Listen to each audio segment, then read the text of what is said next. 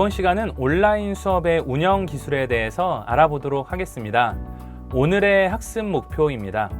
온라인상에서 학습자들을 편안하게 만들 수 있고요. 학습자들이 효율적으로 발표를 할 수 있습니다. 그리고 효율적으로 회의 또한 할 수 있고요. 그리고 학습자들의 학습 분위기를 만드는 방법을 알 수 있습니다. 이에 학습 내용으로는 안전한 공간을 만드는 온라인 공간 기법, 모두가 주인공이 되는 5가지 온라인 발표 기법, 소회의실을 효과적으로 운영하는 5가지 온라인 운영 기법, 소회의실을 효과적으로 운영하는 5가지 온라인 운영 기법, 학습 분위기를 만드는 5가지 온라인 분위기 기법에 대해서 배워보겠습니다.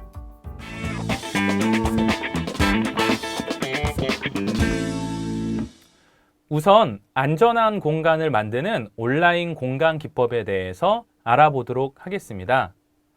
학생들은 요즘에 본명을 보여주는 것을 온라인상에서 참 많이 꺼려 하더라고요.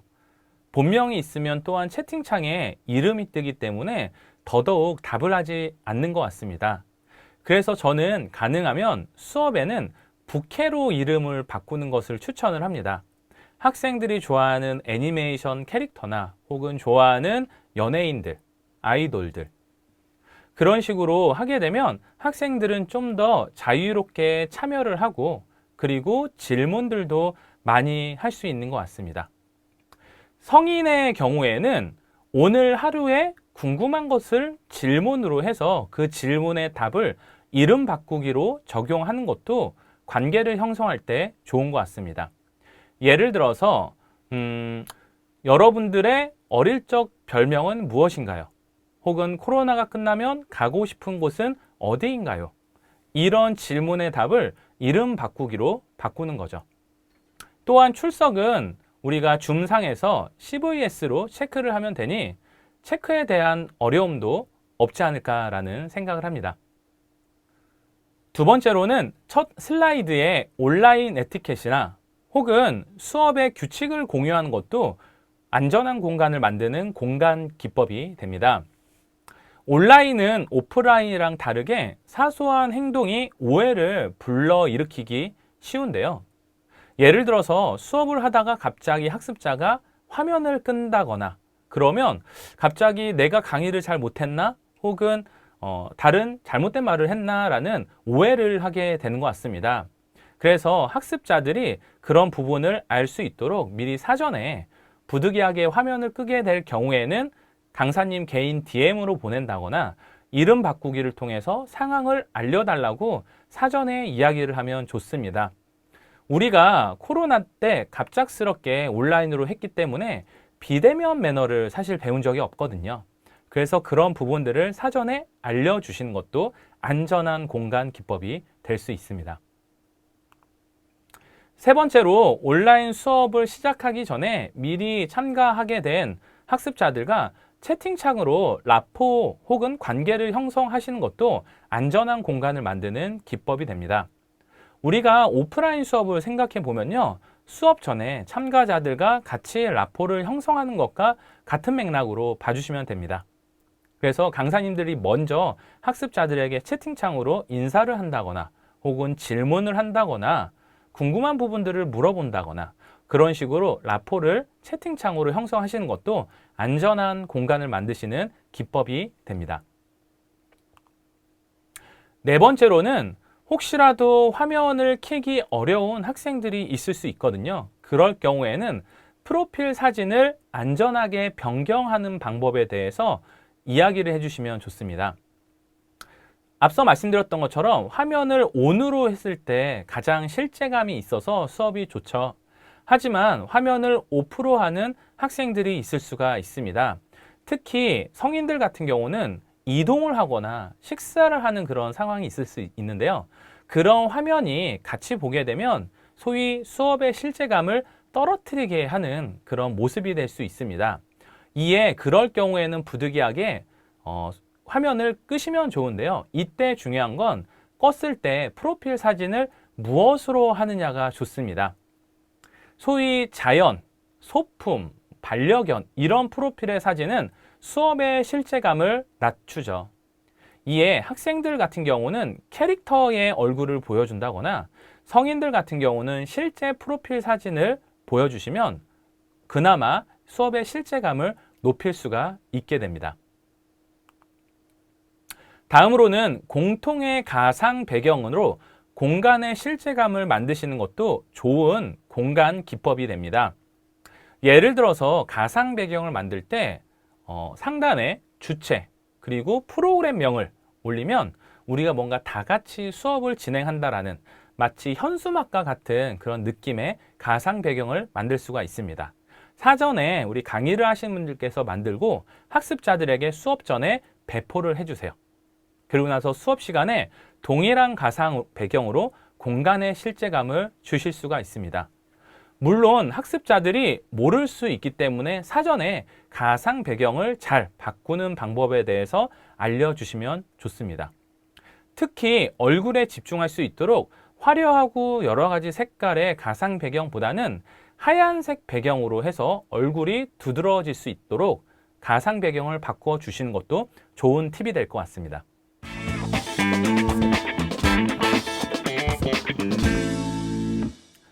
다음으로는 온라인상에서 모두가 주인공이 되는 발표 기법에 대해서 이야기를 해보도록 하겠습니다. 먼저 첫 번째로 화면을 통해서 본인이 주인공이 되게 하는 방법인데요. 아마 여러분들 로그인해서 줌을 들어가시면 핀 고정, 핀 제거에 대한 것들을 알 수 있으실 것 같습니다. 만약에 핀을 고정을 하게 되면 다른 사람들이 발표를 하고 화면이 넘어가더라도 본인의 얼굴은 계속 고정이 되기 때문에 바뀌지가 않습니다. 이런 식으로 핀 고정을 해주시면 여러분들이 계속 나올 수 있기 때문에 주인공으로 여러분들이 참여를 하실 수가 있습니다.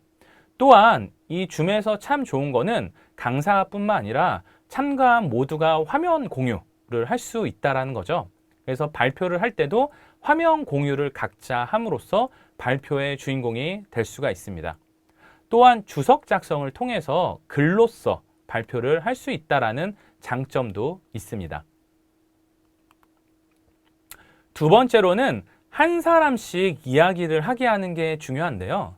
오프라인일 경우에는 아무렇게나 이야기를 해도 상관이 없습니다. 하지만 온라인은 소리가 겹친다거나 혹은 동시다발적으로 이야기를 하게 되면 굉장히 집중도가 떨어지죠. 또한 온라인에서는 이야기를 유도를 해야지만 시작을 하는 것 같습니다. 다 같이 이야기를 해볼까라고 하면 사실 잘 이야기를 안 하죠. 이에 교수자들은 그 화면에 있는 사람들 이름을 지목을 해서 한 사람씩 한 사람씩 이야기를 하게 해주시면 좋습니다. 또한 갑작스럽게 자신의 발표 순서가 왔을 때 당황할 수도 있죠. 이에 미리 자신의 순서를 알 수 있도록 사전의 순서를 알려주셔도 좋은 퍼실리테이션 기법이 될 수 있습니다. 또한 발표를 한 사람들이 발표 후에 이상입니다, 발표를 마무리하겠습니다 등을 통해서 발표가 마무리된 것을 모두가 알 수 있어야지 공허한 시간들을 여러분들께서 줄일 수가 있습니다. 마지막으로 이야기를 한 사람씩 할 때마다 끝나면 박수로 서로 인정과 칭찬을 해주시면 굉장히 안정적이고 모두가 주인공이 될 수 있는 온라인 수업이 될 수 있습니다. 다음으로는 패들렛이라는 프로그램을 통해서 모두가 발표자가 되게 할 수 있는데요. 우선 줌 채팅창의 단점을 말씀드려 볼까요? 줌 채팅창은 사전에 말씀드렸던 것처럼 익명성이 요구가 되지 않습니다. 그래서 실명이 다 거론이 돼서 잘 채팅창에 글을 쓰지 않습니다. 또한 줌 채팅창은 우리 카카오톡처럼 답변을 했을 때 위로 올라가죠. 그래서 휘발성이 강한 것 같습니다. 이 줌 채팅창을 보완한 게 패들렛이라는 프로그램이죠. 이 패들렛은 익명으로 글을 쓸 수 있고 또한 발표 그리고 나의 의견을 실시간으로 눈으로 볼 수 있다는 장점이 있습니다. 뿐만 아니라 이 프로그램을 입장할 때 로그인을 해야 되거나 그런 처리가 전혀 없이 그냥 클릭만으로 들어가서 진입하기에 쉽다라는 장점이 있습니다. 무엇보다 발표를 기록물로 저장할 수 있다는 가장 큰 장점이 있습니다. 네 번째로는 미리 캔버스 도구를 통해서 멋진 발표 자료를 만들 수가 있습니다. 우리가 PPT로 발표 자료를 만들게 되면 굉장히 많이 부담이 됩니다. 또한 시간이 한정되어 있기 때문에 우리가 내용보다는 디자인에 초점을 맞출 때가 많이 있습니다. 이때 그런 부분을 보완한 것이 미리 캔버스라는 전문적인 발표 템플릿입니다. 무료이고요. 워터마크도 전혀 없습니다. 여러분들께서 간단하게 회원가입만 하시면 수백 개의 카드뉴스, 웹포스터, 그리고 발표 자료에 멋진 전문가가 디자인으로 한 그 템플릿에 글씨, 그리고 그림만 업로드하기 때문에 빠른 시간에 효과적으로 발표 자료를 만드실 수가 있으십니다. 다음으로는 온라인상에서 발표 동영상을 제작해서 발표하게 하는 것도 좋은 발표 기법이 될 수 있습니다. 우리가 갑작스럽게 발표를 하게 되면 긴장하고 특히 많은 학생들이 모니터상에서 자신을 본다는 것에 부담감을 가질 수가 있는데요. 이 부분을 개선할 수 있던 게 바로 동영상으로 발표하기입니다. 요즘에는 핸드폰으로 워낙 좋은 프로그램들이 많이 있죠. 그래서 그 프로그램으로 본인의 발표하는 영상을 찍거나 혹은 PPT로 발표 자료를 만들어서 그것을 화면 공유를 통해서 발표하는 것도 줌에서 보여줄 수 있는 모두가 주인공이 되는 발표 기법이 될 수 있습니다. 온라인상에서 학습자들의 의견 취합 시 익명성과 의견 가독성이 높은 의견 취합 프로그램은 무엇이었을까요? 네, 맞습니다. 정답은 패들렛이었습니다. 이 패들렛은 줌 채팅과는 다르게 익명성이 요구되고 실시간으로 의견을 볼 수 있고 그리고 들어가는 게 쉽다. 무엇보다 기록이 저장된다라는 장점이 있는 프로그램입니다.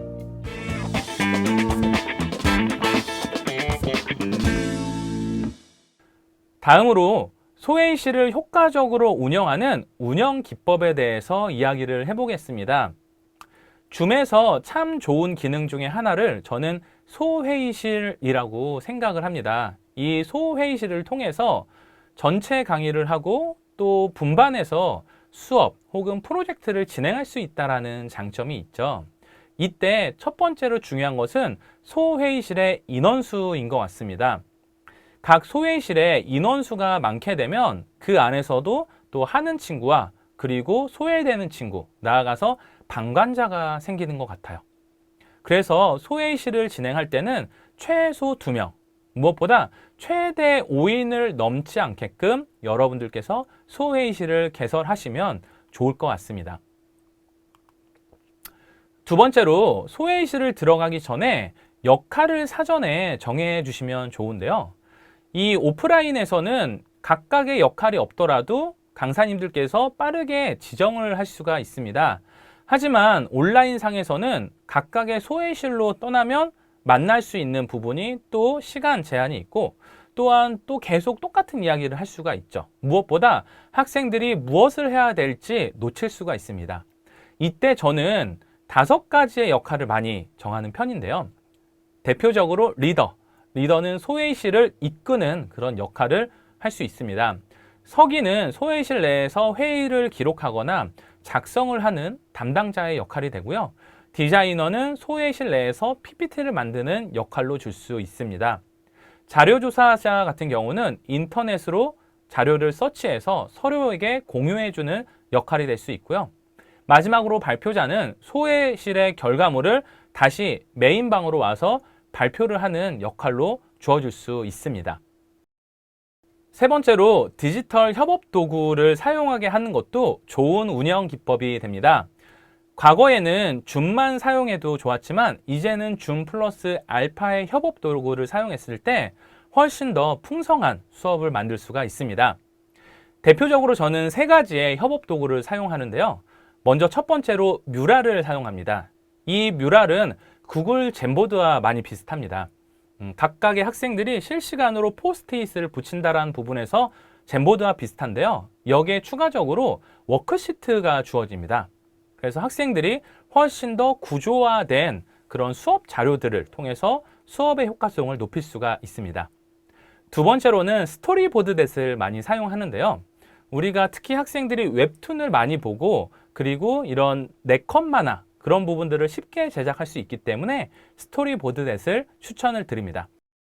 마지막으로 구글 설문을 추천을 하는데요. 구글 설문 같은 경우는 설문지를 핸드폰으로 쉽게 제작도 하고 공유도 하고 결과를 취합할 수 있기 때문에 좋은 협업 도구가 될 수 있습니다. 네 번째로는 학습자들이 워크시트를 사용함으로써 수업을 좀 더 쉽게 해줄 필요가 있습니다. 우리가 전지상에서 하게 되면 뭘 해야 될지 어려울 때가 많이 있죠. 온라인상은 특히 그런 것 같습니다. 이때 빈 종이를 주기보다는 어느 정도의 프레임워크가 있는 워크시트를 제공하면 학생들이 짧은 시간에 효율적으로 결과를 도출할 수 있다는 장점이 있습니다. 다음으로는 교수자가 소회의실 참가를 함으로써 진행 사항을 체크를 하시면 좋은데요. 이 줌의 참 좋은 기능 중에 하나가 교수자가 소회의실에 자유롭게 왔다 갔다 할 수 있는 것 같습니다. 학생들이 소회의실에서 준비를 하다가 고민이 있거나 문제가 생길 수 있죠. 이때 참가자 방에서 교수자를 클릭해서 소환할 수 있어요. 그걸 통해서 교수자가 각각의 소회의실에 참가를 할 수 있는 그런 체크가 좋은 것 같습니다.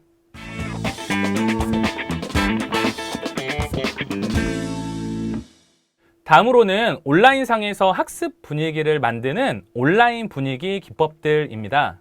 첫 번째로 오프라인과 마찬가지로 온라인 역시 강의 시작 전에 경쾌한 음악을 틀어놓으면 굉장히 좋은 분위기로 수업을 준비할 수 있는 것 같습니다. 특히 학습자들의 특징에 맞는 장르의 음악이 좋은 것 같은데요. 예를 들어서 저는 남학생들 같은 경우는 힙합, 여학생들 같은 경우는 아이돌 노래 이런 것들이 좋은 것 같습니다. 또한 성인들 같은 경우는 클래식을 사용할 수도 있겠죠. 무엇보다 중요한 것은 여러분들이 반드시 소리 공유가 됐는지를 체크할 필요가 있습니다. 가끔 내 소리에 들려서 전체적으로 소리가 들린다고 실수를 할 수 있기 때문이죠. 두 번째로 키트를 제공해서 함께 사용하는 것도 즐거운 학습 분위기를 만들 수가 있습니다. 책자의 경우 온라인으로 제공하게 되면 학습자들이 동시에 보기에 굉장히 불편함이 있습니다. 그래서 가능하면 책자를 출력해서 학습자들이 사전에 받아갈 수 있게끔 해도 좋습니다. 또한 체험 등과 같은 활동품들을 학습자들이 같이 가져갈 수 있게 해서 실시간으로 만들어 보는 게 좋고요.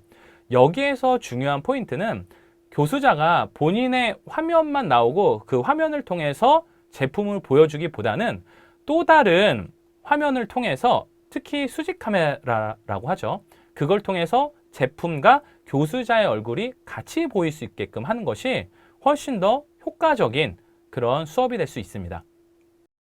세 번째로 비디오 필터를 활용해도 재미있는 분위기들이 될 수 있습니다. 우리가 비디오 필터 보면 다양한 필터들이 있습니다. 코스염 스티커, 모자 스티커 그런 것들을 통해서 가끔은 수업 시간에 수업 종료 혹은 단체 사진 촬영용으로 비디오 필터를 적용할 수가 있고요. 특히 우리가 수료식 같은 경우는 학사모 필터도 굉장히 많이 사용을 합니다. 다만 여기서 중요한 것은 가끔 이제 저학년일 경우에는 수업 시간에 비디오 필터를 계속적으로 변경해서 수업의 분위기를 흐릴 수도 있기 때문에 그런 부분들은 사전에 안내를 해주시면 좋을 것 같습니다. 다음으로 개인 DM을 활용하여 분위기를 만드는 기법인데요. 예를 들어서 학습을 하는 분들 중에서 수업을 들을 때 식사를 하거나 혹은 이동을 하면서 들으실 수도 있어요. 이럴 경우에는 수업의 실제감을 잃게 할 수 있기 때문에 거꾸로 강의를 하시는 분들께서 개인 DM을 보내서 가능하면 다 마무리를 하시고 화면을 켜게 하시는 것도 좋습니다. 또한 쉬는 시간에는 가능하면 편하게 화면을 끄게 하는 게 좋습니다. 또한 만에 하나라도 학습자의 실수로 화면 혹은 소리에서 수업과 관련 없는 상황들이 발생할 수도 있기 때문에 가능하면 교수자들은 자리에 계속 착석을 하시거나 혹은 서브해질 수 있는 PM을 공동 호스트로 적용해 주시는 것도 안전한 그런 상황을 만드실 수가 있으십니다. 소회의실은 인원수에 제한이 없기 때문에 많은 인원이 다 같이 회의를 해도 효과적이다. OX 어떤 걸까요? 정답은 X입니다. 소회의실은 인원이 많을 경우에 방치될 수 있는 확률이 높죠. 그래서 가능하면 최대 5명을 넘지 않게끔 소회의실을 운영하는 것도 좋은 회의 운영 기법이 되실 수 있습니다.